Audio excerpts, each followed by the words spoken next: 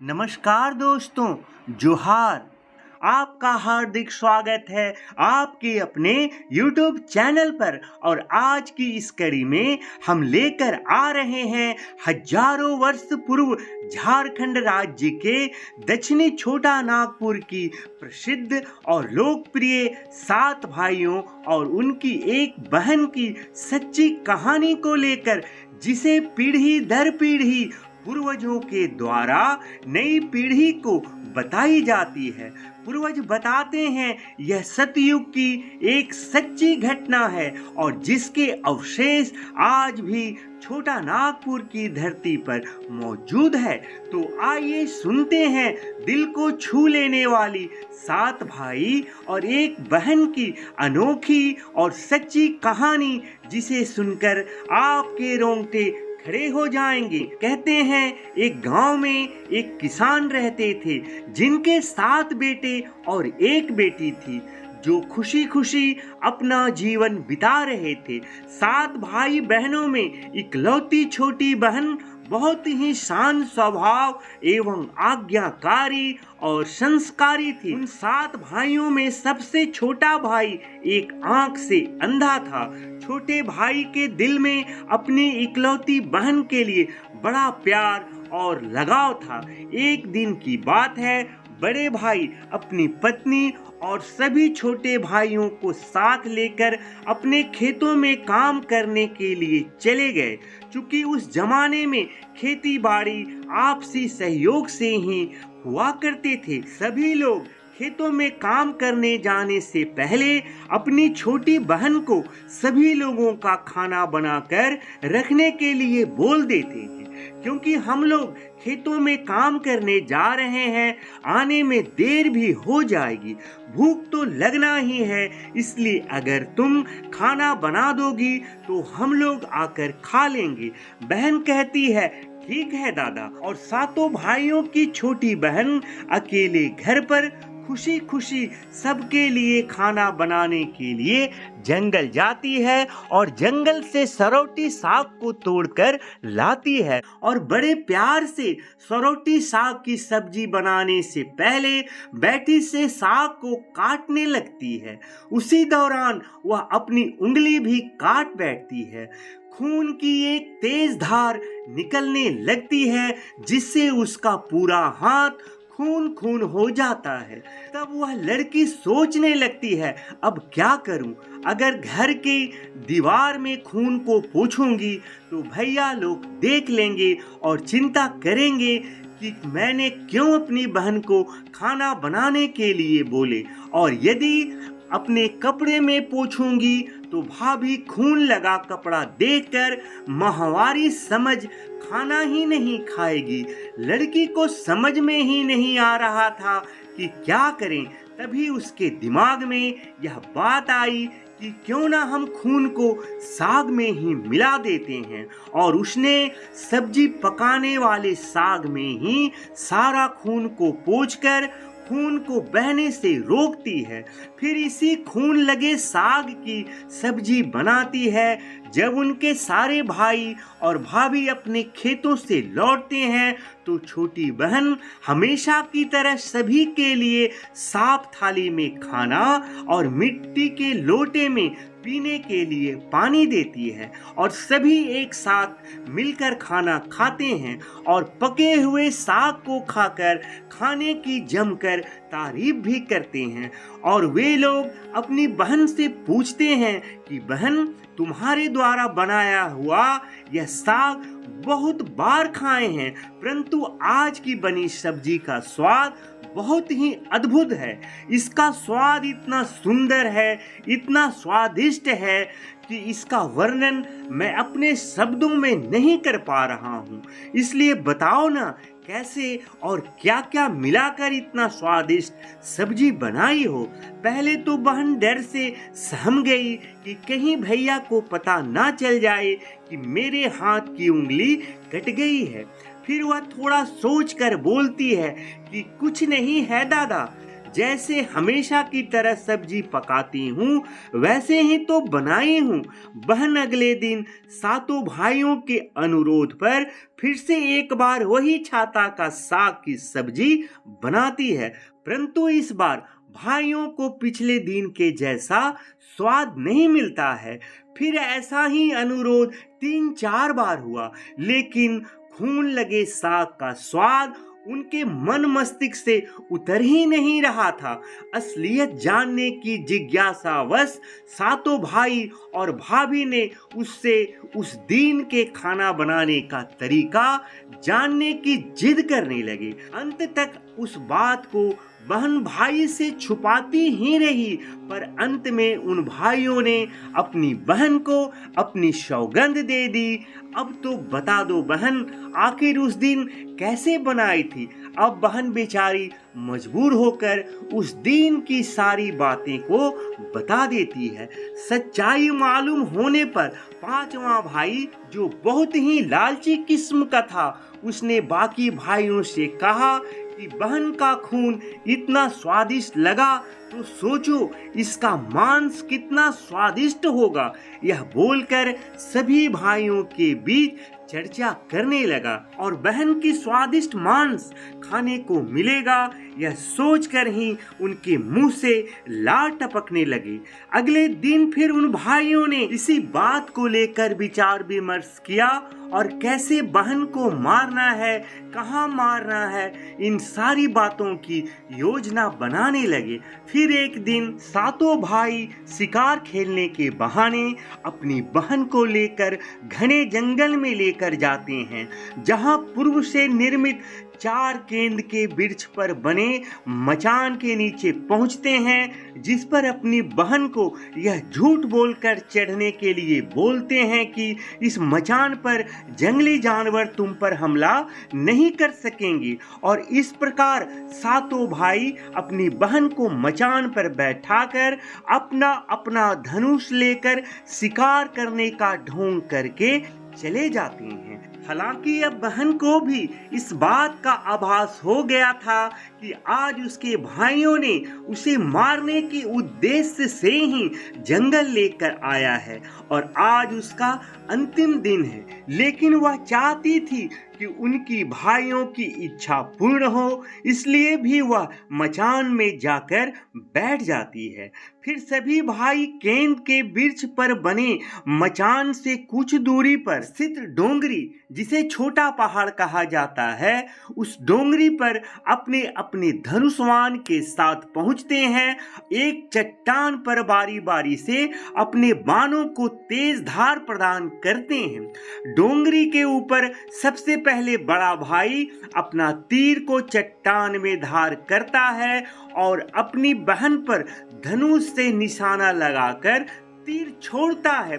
तभी उसकी बहन पूरी बातों को समझ जाती है कि भाइयों का क्या इरादा है और अपनी मातृभाषा में गीत को गाने लगती है। बिंदु बिंदु दादा छाती ताई के ताई, बिंदु बिंदु दादा छाती ताई के ताई। बिंदु बिंदु दादा छाती ताइक ताइक, अर्थात जान से मारना ही है दादा। दादा बड़े भाई को कहते हैं, तो तीर को सीधे मेरे छाती में वार करो, इधर उधर तीर क्यों चला रहे हो।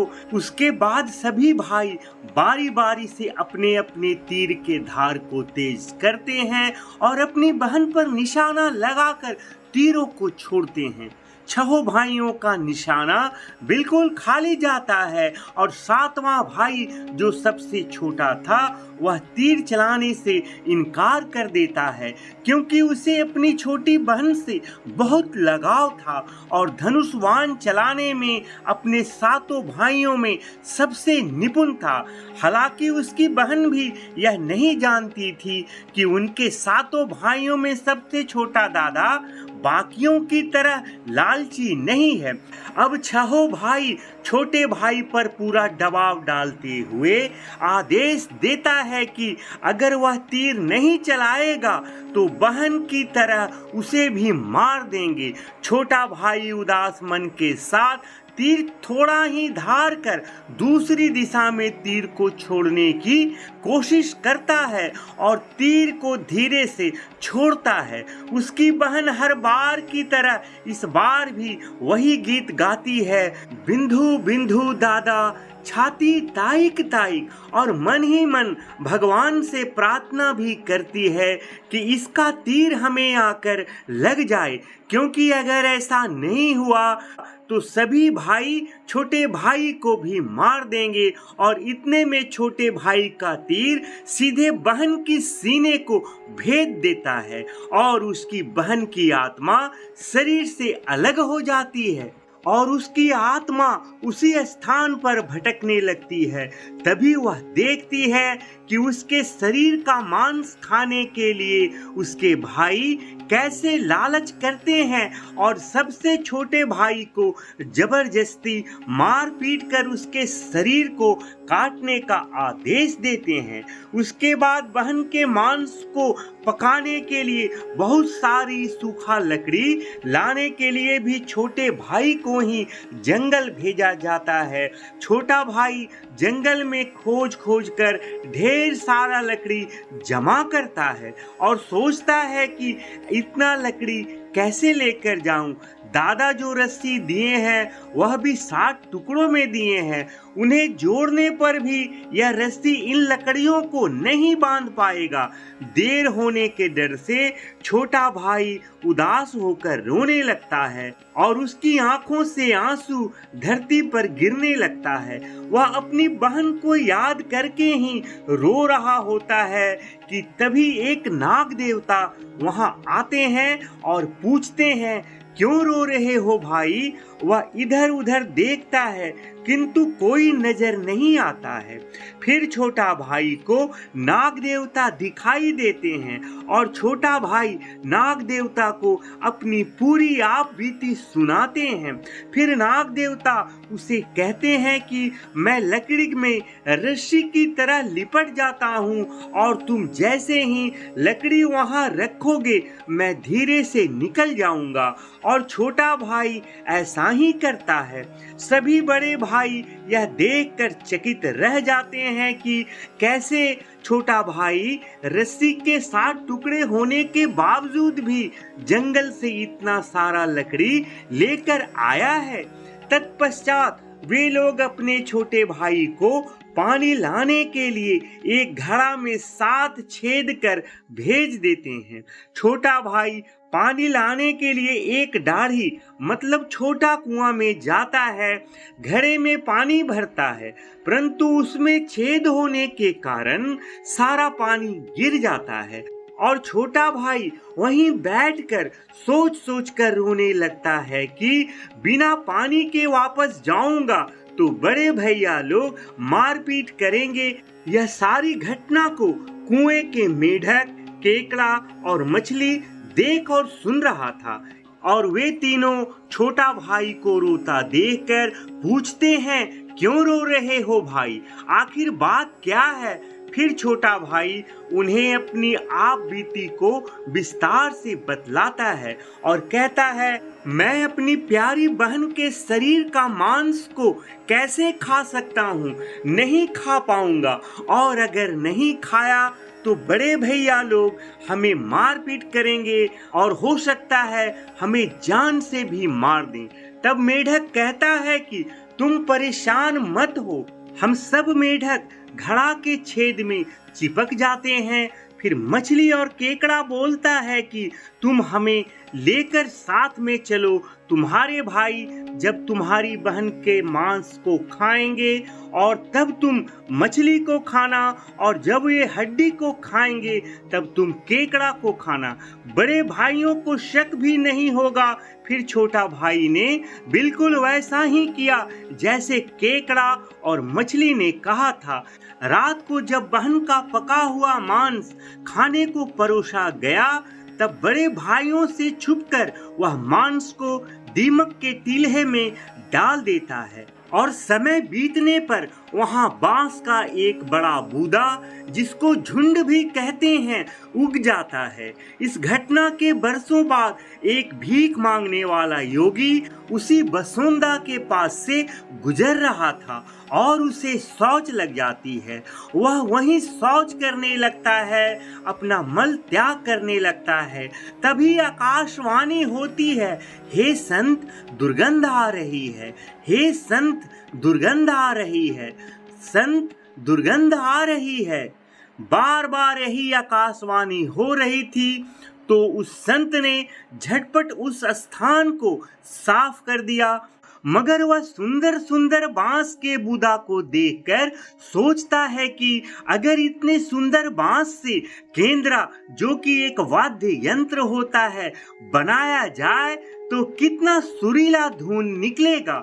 उसी क्षण बांस से आवाज आती है, ना काट रे जोगी, ये तो लागे भैया के रोपल बांस। जोगी फिर भी बांस को काटता है। जोगी इसी उद्देश्य से एक मोटा बांस का टुकड़ा काटकर ले जाता है कि इस बांस का आवाज इतना सुंदर है, इतना मधुर है, तो यदि इसका केंद्रा बनाएंगे तो कितना मधुर और कितना सुरीला आवाज निकलेगा।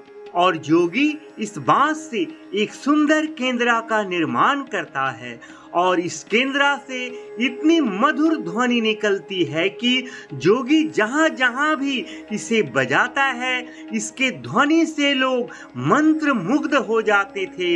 एक दिन जोगी घूमते घूमते उसी बड़े भाई के घर पहुंचता है और अधिक धन के लालच में जोगी जोर जोर से केंद्रा बजाना शुरू करता है।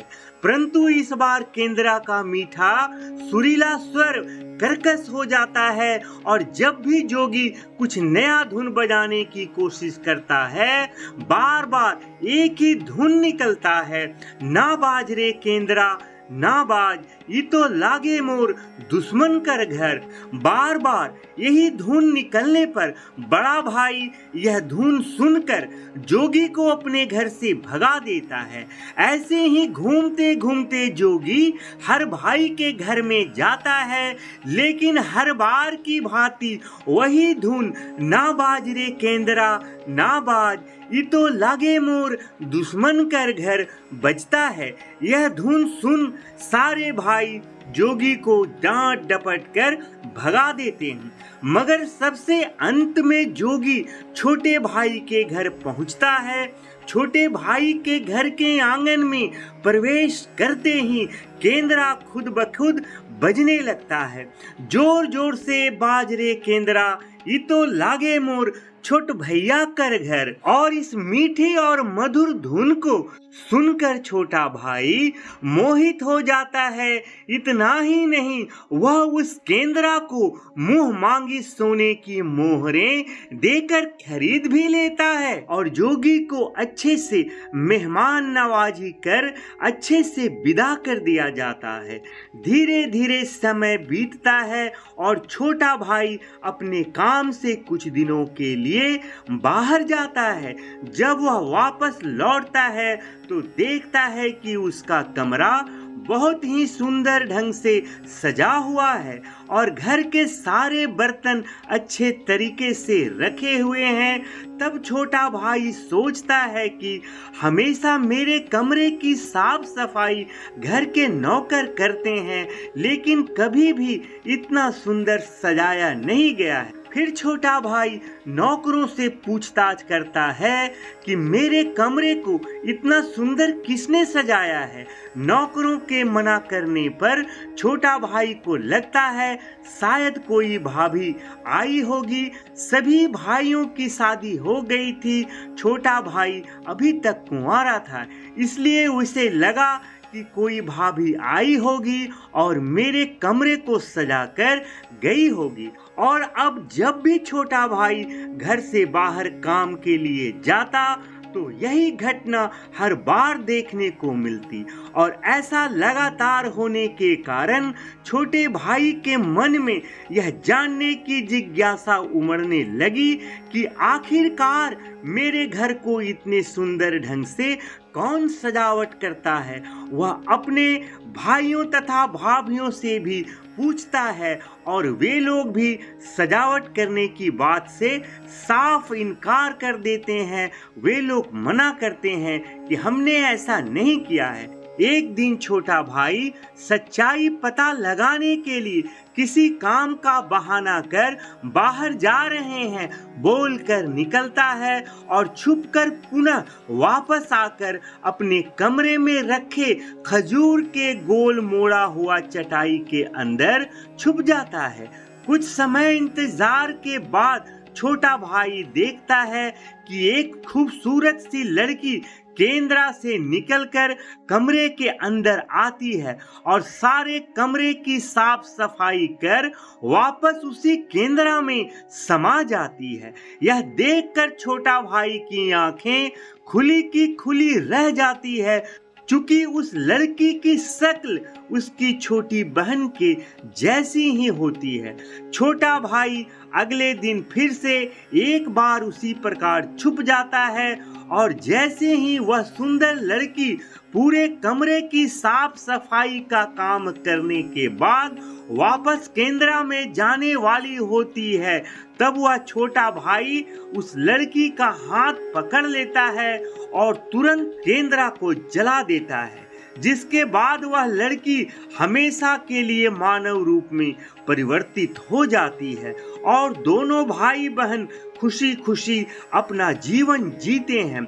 आज भी हर गांव में आषाढ़ी पूजा के दिन बकरा कटता है और पूरे गांव के घरों में प्रसाद स्वरूप बकरा का मांस खाया जाता है और सतबैनी नाम पूजा स्थान पर वही सरौटी साग को चढ़ाया भी जाता है। दोस्तों, आशा करता हूँ 7 भाई और 1 बहन की यह मार्मिक कहानी आपको जरूर अच्छी लगी होगी। अगर कहानी अच्छी लगी हो तो वीडियो को लाइक करें, शेयर करें और अगर अब तक आपने इस चैनल को सब्सक्राइब नहीं किया है और आप नए हैं तो चैनल को सब्सक्राइब करें, हमें सपोर्ट करें। जय हिंद।